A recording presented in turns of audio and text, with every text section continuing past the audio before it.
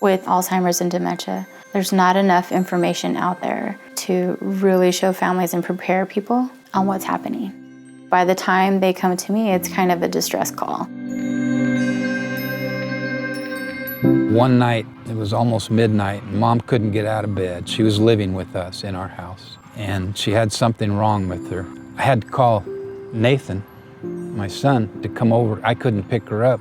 He put her in the car, and I took her to emergency. Things that we used to be able to take care of at home with Mom, it got progressively worse to where we couldn't do it.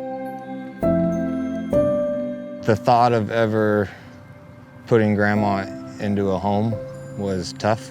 Just kind of worried that if we put her in someplace that she would go downhill faster. Caregiving for somebody with any form of dementia is honestly the hardest job I think anybody could ever have. It's mentally, physically, emotionally exhausting.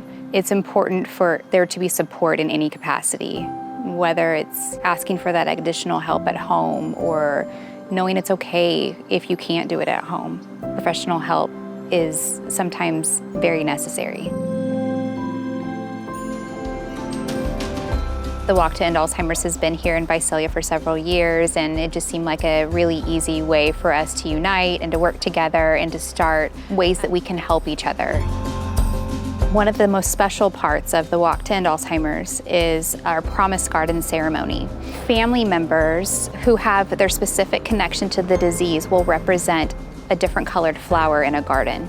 A purple flower that people will hold if they have lost somebody to the disease. There's an orange flower for people who don't have a personal connection but just are an advocate for the cause. Then there's a yellow flower for people who are currently caring for somebody with the disease. And then a blue flower for people who have the disease themselves. It's a lot of work, but it all comes together, and you see all these families together, and you see the tears, and you see the smiles, and it's always worth it.